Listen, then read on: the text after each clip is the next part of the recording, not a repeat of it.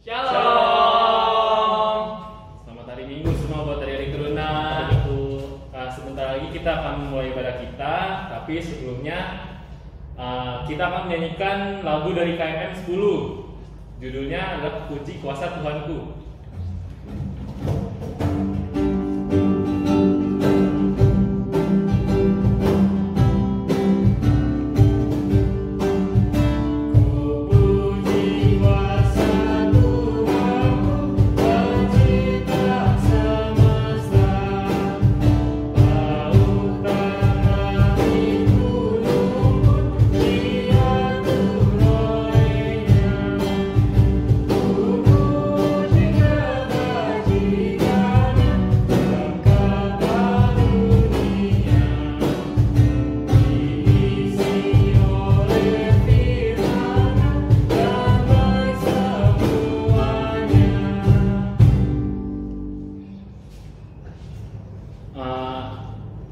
Lagu selanjutnya lagu kebangsaan kita, Mas Teruna. Asik.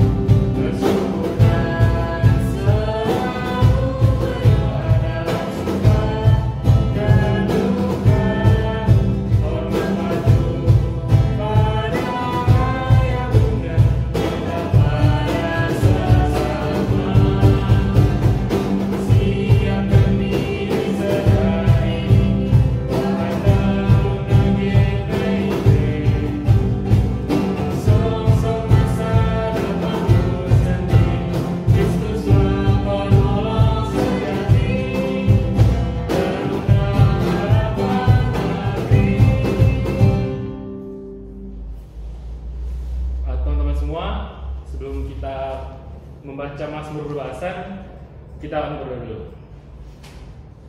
Mari kita berdoa mulai. Terus yang baik, terima kasih Tuhan karena saat ini Kau telah mengumpulkan kami di tempat ini Tuhan Yesus untuk memulai ibadah. Pimpin kami semua dari awal pertengahan hingga akhir ya Tuhan Yesus, dan juga berkatilah dan firman kami Kak Alfi yang sebentar akan memberitakan tentang firman-Mu. Berkati dia, pimpin dia, semoga apa yang diberitakan bisa tersampaikan dengan baik kepada para turunan ya Tuhan Yesus. Terima kasih ya Tuhan Yesus. Dalam nama Tuhan Yesus kami berdoa dan ucap syukur. Haleluya, amin. Amin. Kita akan buka Mazmur berbahasannya dari Mazmur 23 ayat 1 sampai 6. Sekali lagi dibuka Mazmurnya, Mazmur 23 ayat 1 sampai 6.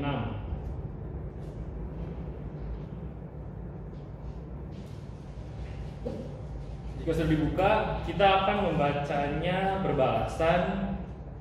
Ayat yang keluar akan dibacakan oleh yang laki-laki, lalu yang ayat ke dalam akan dibacakan oleh yang perempuan.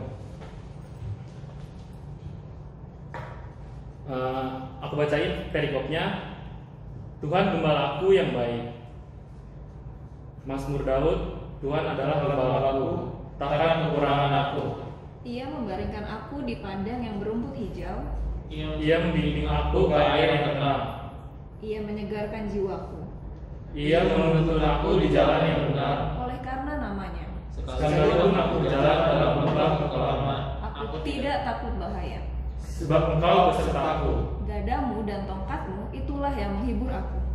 Engkau menyediakan hidangan bagiku di hadapan lawanku. Engkau mengurapi kepalaku dengan minyak. Pialaku penuh melimpah. Kebajikan dan kemurahan belaka akan mengikuti aku seumur hidupku. dan aku akan diam dalam rumah Tuhan sepanjang masa. Untuk merespon Mazmur, kita akan menyanyikan lagi lagu dari KMM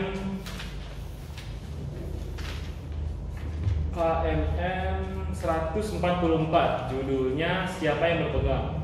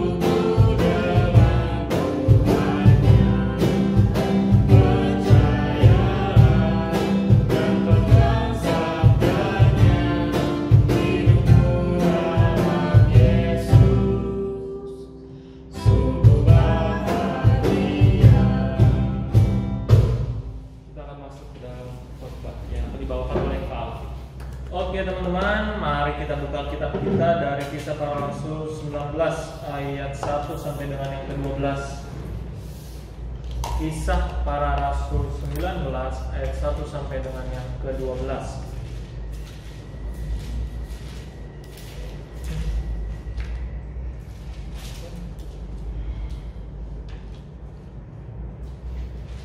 Nanti kakak akan membacakan ayat yang ganjil dan teman-teman ayat yang genap, begitupun seterusnya. Sebelumnya mari kita bersatu di dalam doa dulu sebelum mendengarkan firman Tuhan. Mari kita satu di dalam doa. Bapa dalam Tuhan Yesus Kristus, terima kasih Tuhan pada pagi hari yang indah ini kami boleh dikumpulkan di hari Minggu yang cerah. Kumpulkan kami Tuhan anak-anak-Mu melalui live streaming, tidak bisa bertemu karena virus corona ini Tuhan. Tuhan bimbing kami akan mendengarkan firman-Mu melalui live streaming ini. Tuhan tolong kami, bantu kami untuk mengerti dan memahami apa yang diberitakan firman-Mu melalui anak-Mu ini Tuhan, agar kiranya dapat tersampaikan dengan baik ke anak-anak-Mu.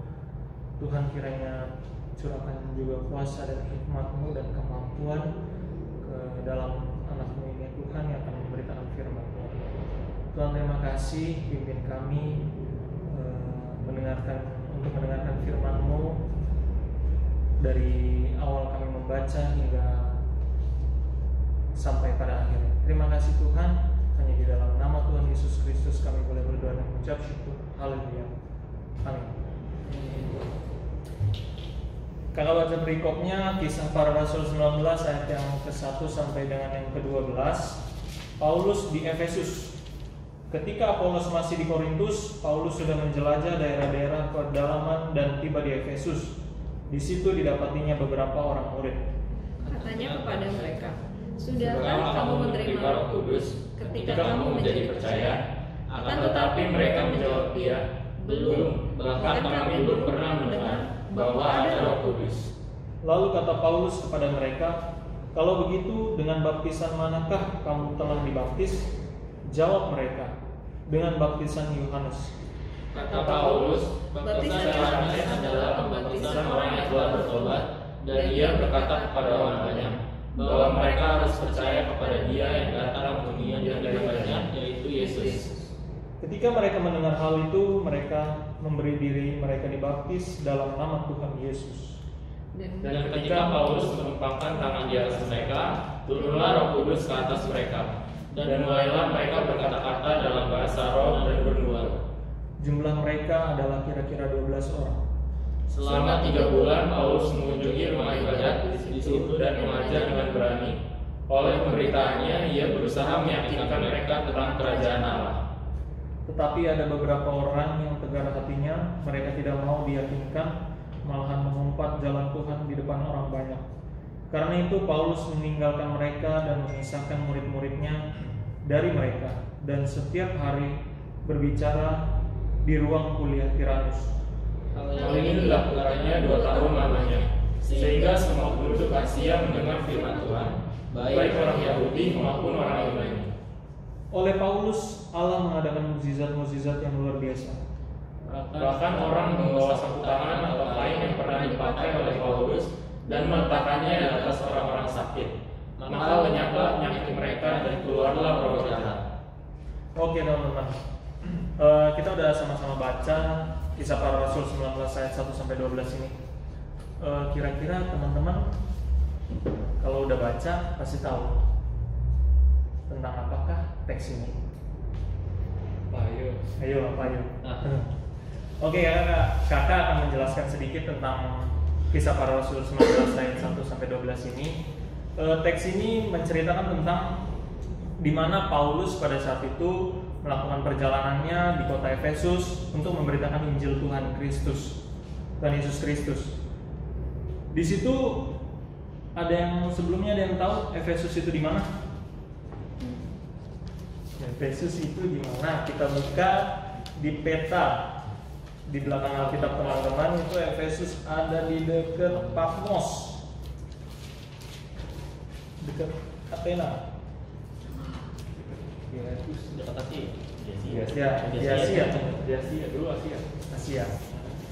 Asia. Ya, jadi Efesus itu adalah salah satu kota besar pada zaman waktu itu, merupakan salah satu kota besar yang dimana di situ terdapat berbagai macam orang, berbagai macam kepribadian orang, berbagai macam kepercayaan. Nah, di situ Efesus itu kalau bisa digambarkan seperti zaman saat ini, seperti zaman now ini adalah seperti Jakarta. Jakarta yang dimana banyak berbagai macam kepercayaan, berbagai macam budaya bercampur menjadi satu di dalam kota ini. Begitu juga dengan di Efesus pada saat itu.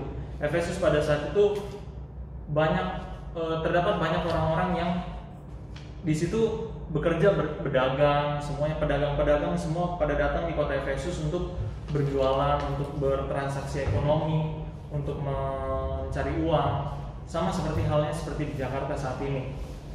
Kalau boleh lihat dengan adanya berbagai macam orang, berbagai macam budaya yang ada di Efesus, berbagai macam kepercayaan orang-orang yang ada di tengah jemaat Efesus, rasanya sangat sulit sekali pada saat itu untuk Paulus memberitakan Injil Kristus. Mengapa? Karena seperti yang dikatakan tadi, pasti saja akan ada penolakan-penolakan, pasti saja akan ada yang namanya orang tidak suka. Sama seperti sekarang juga, seperti saat ini juga banyak pendeta yang memberitakan firman Tuhan, memberitakan Injil Kristus, tapi dia banyak sekali yang ditolak juga, banyak sekali yang tidak disukai oleh beberapa orang. Ya, memang hanya beberapa orang, tidak semuanya. Kakak di sini juga mau bilang, tidak semua teman-teman kita, sahabat-sahabat kita seperti yang beragama Muslim, Hindu, Buddha, atau Tionghoa atau segala macam apapun itu agamanya, tidak semua dia tidak menyukai Injil Kristus. Ada juga yang mendukung para pendeta untuk memberitakan Injil Kristus, tentunya kepada sesama agamanya. Nah, begitu juga dengan Rasul Paulus pada saat itu. Rasul Paulus di mana pada saat itu sering ditolak, sering mengalami tantangan, sering mengalami kendala. Seperti yang ada pada Paulus waktu itu ketika dia sedang mungkin berjalan-jalan, sedang memantau daerah di Efesus itu, dia bertanya kepada beberapa orang yang ada di sana. Yang ada di ayat 2 ini, dia bertanya, katanya kepada mereka, sudahkah kamu menerima Roh Kudus ketika kamu menjadi percaya? Tapi apa jawaban orang-orang tersebut yang ditemui Paulus? Akan tetapi mereka menjawab dia, belum. Bahkan kami belum pernah mendengar bahwa ada Roh Kudus. Lalu kata Paulus kepada mereka, kalau begitu dengan baptisan manakah kamu telah dibaptis? Jawab mereka, dengan baptisan Yohanes. Sudah jelas teman-teman bahwa baptisan Yohanes Pembaptis itu adalah satu baptisan yang diajarkan pada saat itu dengan di dalam Injil Kristus itu ada. Baptisan Yohanes Pembaptis itu salah satu ajaran Tuhan Yesus. Yohanes itu kan siapa? Muridnya. Muridnya. Beda. Yohanes Pembaptis. Iya itu. Kan muridnya udah. Beda ternyata. Beda. Berarti bukan muridnya. Ya tapi Yohanes Pembaptis Yesus. Pembaptis itu Yohanes orang yang membaptis Yesus. Iya. Itulah dia. Padahal Yohanes itu adalah orang yang membaptis Yesus. Seharusnya ketika mereka dibaptis oleh Yohanes, mereka sudah mengerti tentang pengajaran iman Kristen tersebut. Tapi jawaban mereka belum pernah mendengar bahwa ada Roh Kudus. Sangat disayangkan bukan begitu banyak ketika dia sudah dibaptis oleh Yohanes Pembaptis, tapi mereka belum merasakan dan belum pernah mendengar apa itu kuasa Roh Kudus kan. Nah, maka dari itu yang bisa kita lihat dari teks ini juga, Paulus punya satu keinginan, punya satu tekad yang kuat untuk meluruskan pemahaman iman kepada orang-orang tersebut tadi. Bukan hanya kepada orang-orang tersebut aja, bukan hanya kepada orang-orang tadi saja, melainkan kepada setiap jemaat yang ada di Efesus. Paulus punya satu tekad yang kuat, Paulus punya satu keinginan yang kuat untuk meluruskan pemahaman iman yang benar dalam kehidupan jemaat Efesus. Ada 3 hal yang bisa kita rangkum, ada 3 hal yang dilakukan Paulus yang bisa kita lihat. Hal yang pertama, di mana Paulus memberikan pemahaman yang benar tentang Yesus Kristus, baptisan dalam namanya, dan kuasa Roh Kudus yang berkarya setelah itu.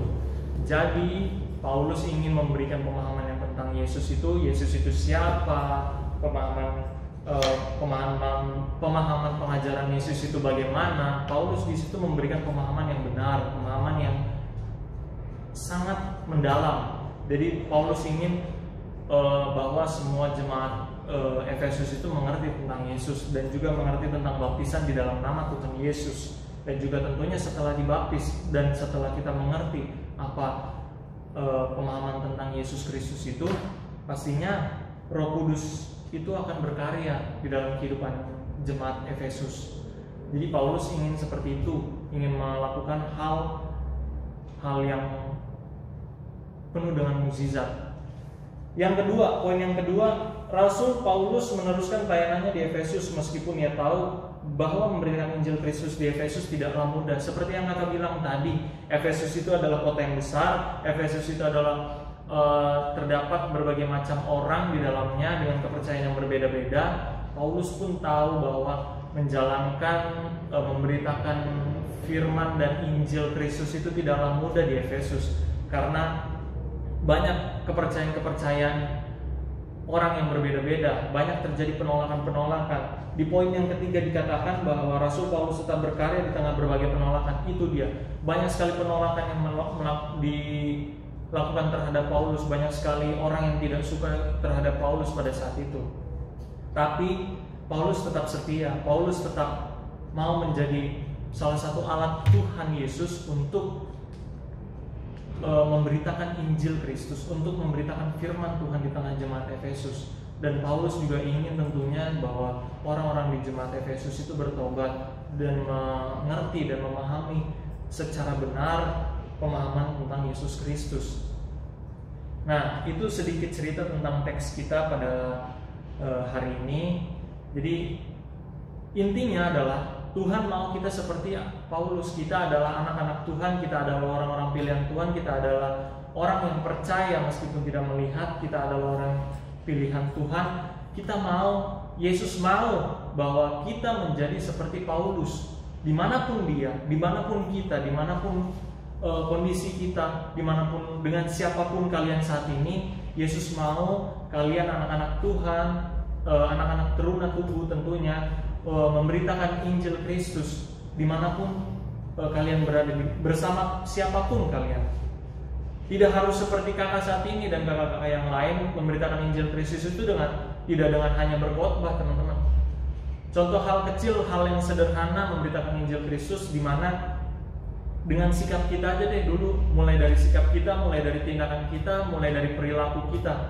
Ketika kita berperilaku, kita selalu mengasihi teman-teman kita yang berbeda latar belakang, kita selalu mengasihi teman-teman kita yang berbeda agama. apapun kondisinya, kita selalu mengasihi dia, kita selalu mengasihi setiap orang yang kita jumpai, penuh dengan sukacita. Itu merupakan salah satu contoh kita memberitakan Injil Kristus. Di dalam Matius 22 ayat 37 sampai 40 dikatakan, kasihilah sesamamu, itu perintah dari Tuhan Yesus, di mana itu merupakan salah satu Injil Kristus yang ingin diberitakan juga. Kasihilah sesamamu seperti engkau mengasihi dirimu sendiri.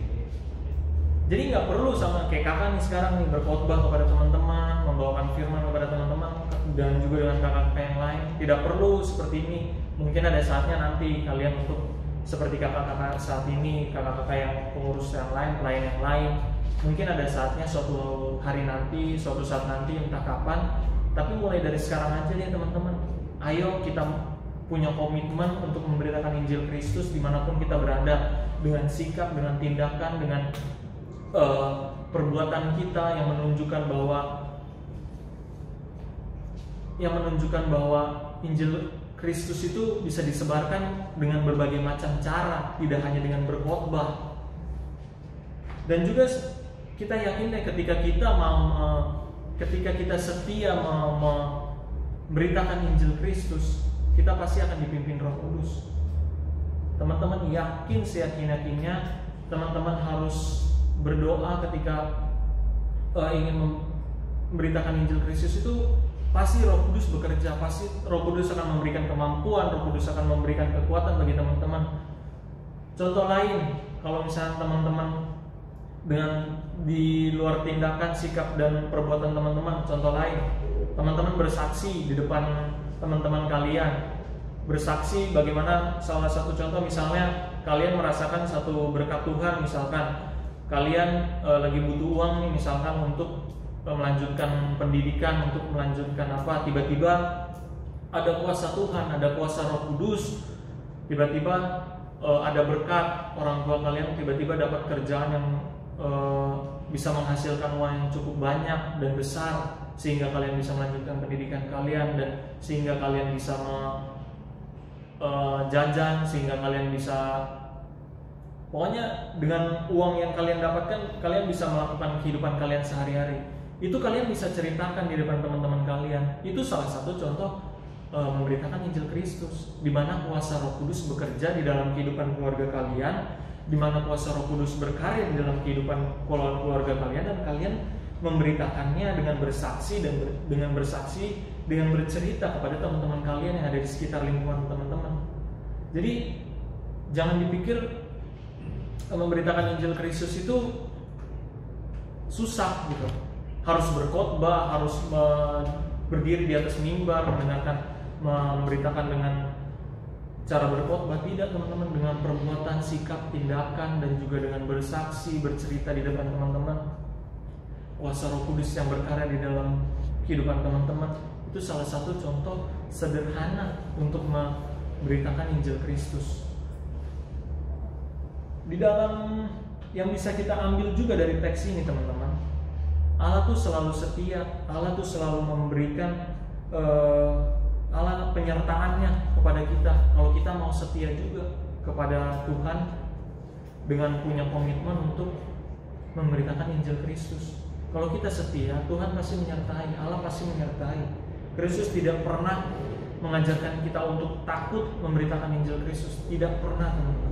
Sekalipun tidak pernah Allah mengajarkan kita untuk takut memberitakan Injil Kristus. Karena yakinlah bahwa Allah sendiri akan memberitakan, Allah sendiri akan melakukan penyertaannya sampai kemanapun teman-teman berada, sampai dimanapun kalian berada, Allah pasti akan memberikan penyertaannya. Jadi teman-teman, ayolah berkomitmen untuk memberitakan Injil Kristus. Ayolah berkomitmen sederhana aja, tidak perlu berkhotbah di depan kamera seperti kakak saat ini dan kakak-kakak yang lain nantinya. Tidak perlu seperti itu. Tapi cukup dengan satu tindakan dan sikap yang sederhana saja teman-teman. Dengan bersaksi, dengan bersikap saling mengasihi, itu merupakan salah satu contoh sederhana untuk memberitakan Injil Kristus. Di dalam Injil Kristus kan terdapat perintah untuk mengasihi, itu juga merupakan Injil Kristus tuh teman-teman. Jadi jangan pernah teman-teman mikir memberitakan Injil Kristus itu berat. untuk kalian anak-anak teruna punya komitmen saja itu merupakan satu hal yang besar kuasanya untuk memberitakan Injil. Jadi jangan pernah takut, Allah tidak pernah sekalipun meninggalkan kita semua. Allah tidak pernah menghilang dari kehidupan kita, karena selalu Allah selalu menyertai kita. Kita selalu mau menjadi contoh. Kita harus menjadi Rasul Paulus pada zaman ini. Kita harus menjadi Rasul Paulus yang tidak pernah kenal lelah, tidak pernah menyerah untuk memberitakan Injil Kristus. Oke teman-teman, terima kasih. Saya rasa kakak cukup sampai di sini. Jangan pernah menyerah, intinya ayo berkomitmen. Amin. Amin.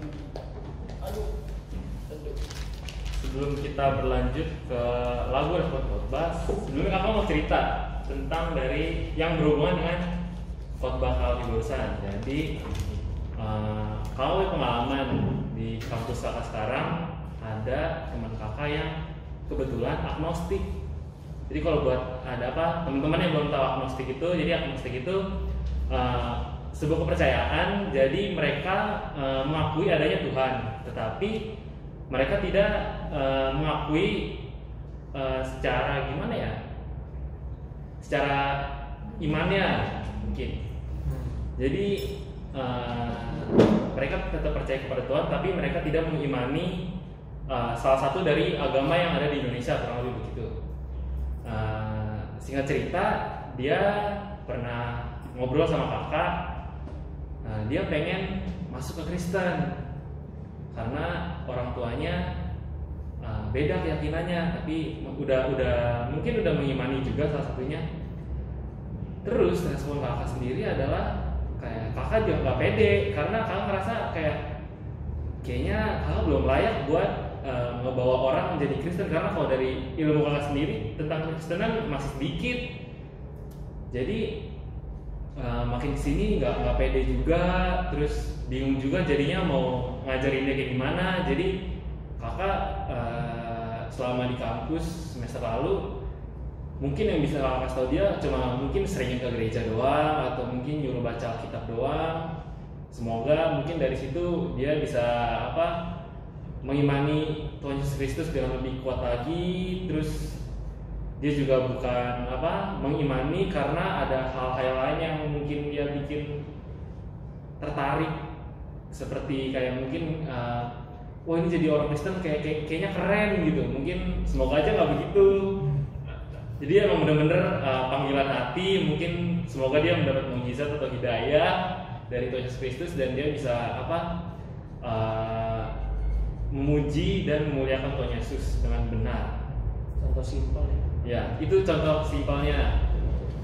Jadi nggak harus berat berkhotbah di depan sini. Ya oke, ceritanya sudah selesai. Kita akan melanjutkan ke lagu respon khotbah, yaitu dari KMM 131. Judulnya Mengikut Yesus. Oh maaf, diralat. Kebalik lagunya yang bener, KMM 127. Judulnya Tiap Langkahku. Oh iya maaf, diralat lagi. Yang bener, Mengikut Yesus keputusanku. Nah itu dah paling bener dah.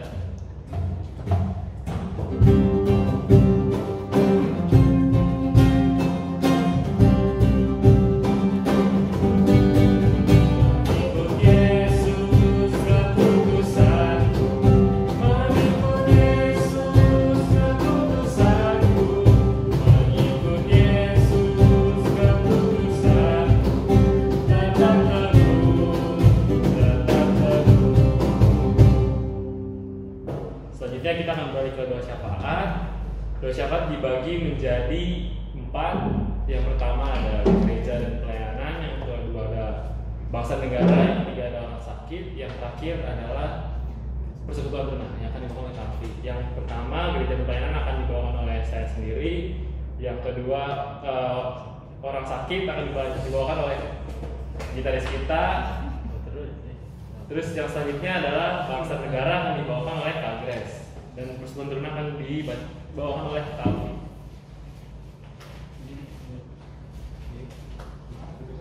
Boleh.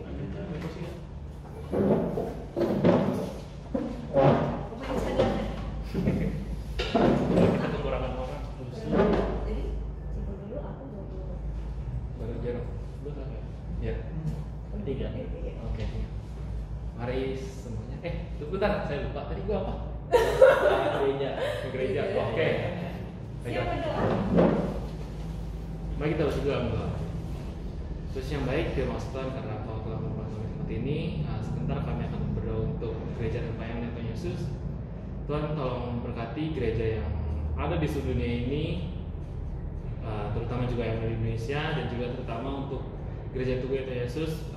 Berkati para pendetanya, para presbiternya Tuhan Yesus. Semoga mereka bisa memberitakan firman-Mu dengan baik di masa pandemi seperti ini ya Tuhan Yesus. Semoga firman-Mu bisa tersampaikan ya Tuhan Yesus. Berkati juga gerejanya, semoga gerejanya bisa terus menjadi tempat untuk penyebaran firman-Mu ya Tuhan Yesus. Terima kasih ya Tuhan. Kami ada Tuhan hati untuk bangsa kami, buat negara kami Indonesia.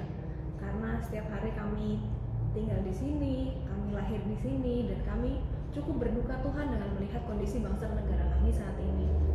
Betapa kami sungguh terpuruk Tuhan karena COVID-19 ini. Banyak orang yang sakit, ada yang meninggal, ada yang harus berpisah dengan keluarganya Tuhan.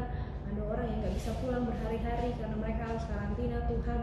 Kami melihat banyak duka dan luka Tuhan yang dialami oleh setiap insan di bangsa ini ya Bapak.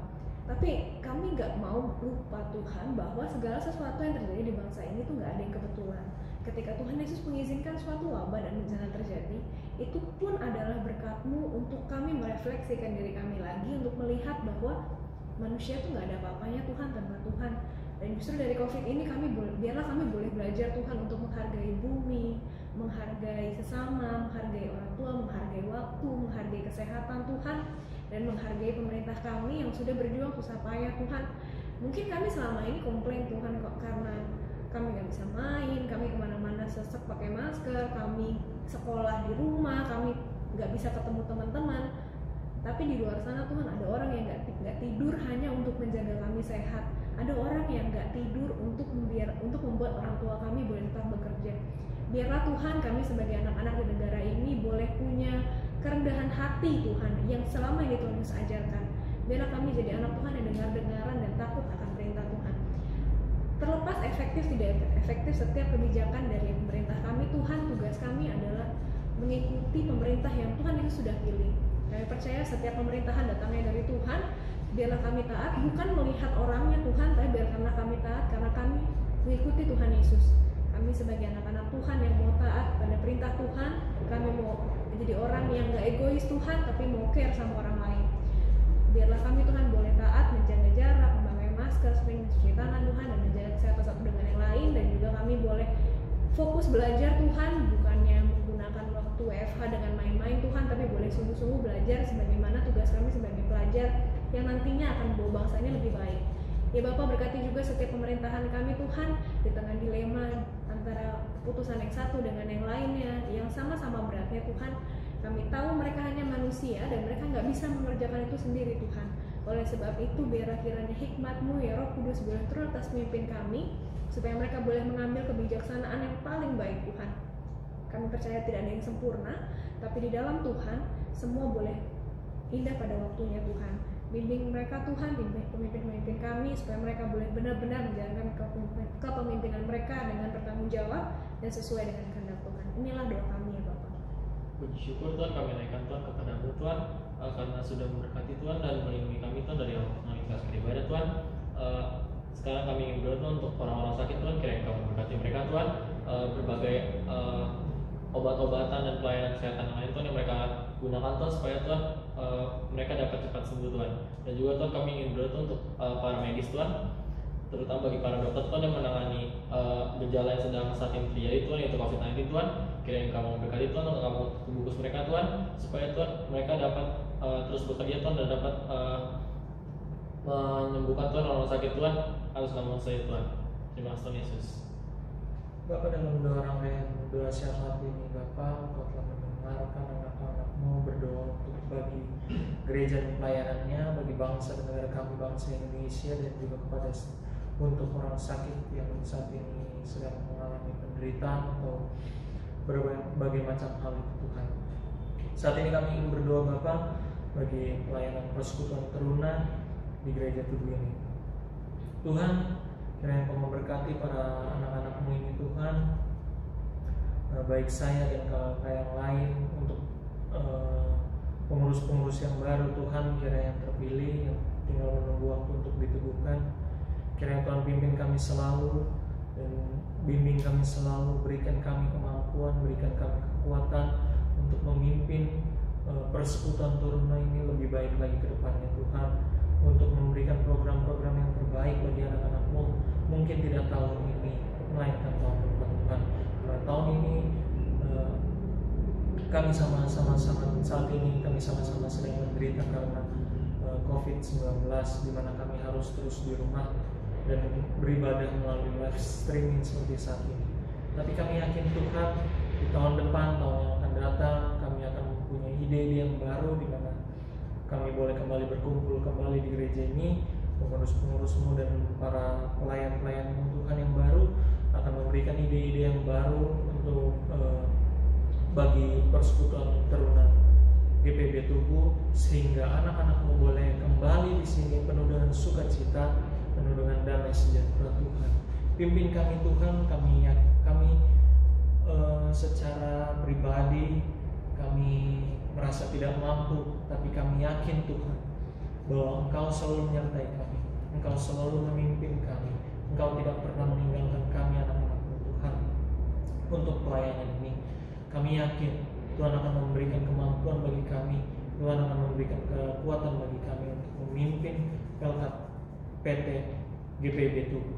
Kami mau serahkan seluruh hidup kami ini ke dalam tangan-Mu Bapa, para pengurus dan pelayan-Mu Tuhan.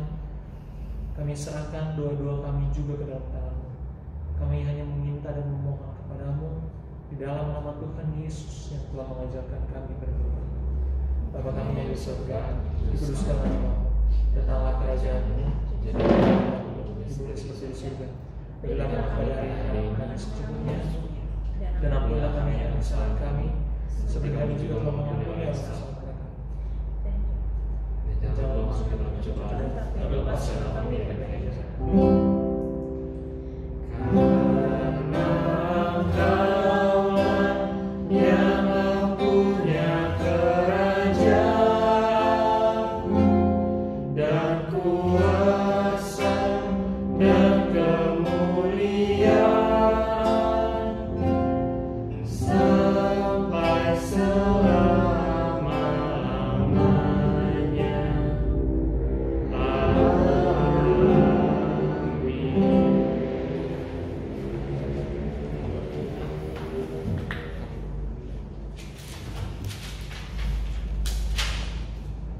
Selanjutnya kita akan memasuki bagian yang terakhir, yaitu lagu penutup dari KMM 131, judulnya Tiap Langkah.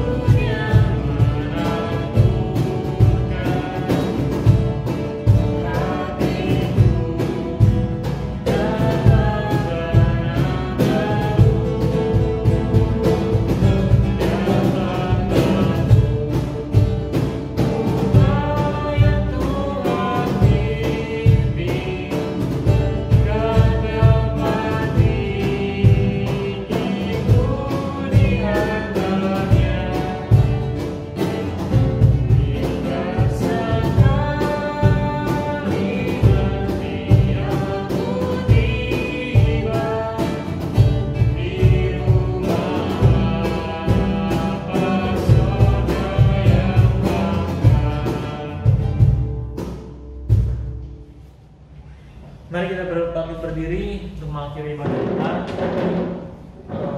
Mari kita satu di dalam doa. Bapa dalam Tuhan Yesus Kristus, Bapa di dalam nama Tuhan Yesus Kristus, Tuhan, pada hari ini kami telah menyelesaikan ibadah kami persekutuan teruna. Kiranya apa yang diberitakan firman-Mu melalui anak-Mu ini Tuhan dapat tersampaikan dengan baik kepada anak-anak-Mu yang ada di rumah, kepada anggota persekutuan teruna yang ada di rumah. Kiranya Tuhan berkati mereka, berikan mereka kemampuan, dan kami yakin Tuhan Engkau akan menyertai mereka juga untuk memberitakan Injil-Mu dimanapun mereka berada, untuk memberitakan firman-Mu dimanapun mereka berada, dan apapun kondisi mereka, bersama siapapun mereka saat ini. Kami yakin Tuhan Engkau akan memberikan kemampuan bagi mereka. Pimpin kami juga Tuhan yang akan berpisah, dan kami akan bertemu kembali di depan. Kiranya Tuhan damai sejahtera-Mu selalu melindungi kami selalu di dalam 1 minggu ke depan ini, dan pimpinan kuasa Tuhan selalu membimbing kami di dalam 1 minggu ke depan ini. Terima kasih Bapa, kami serahkan seluruh kehidupan kami ini ke dalam tangan Tuhan Yesus Kristus. Amin.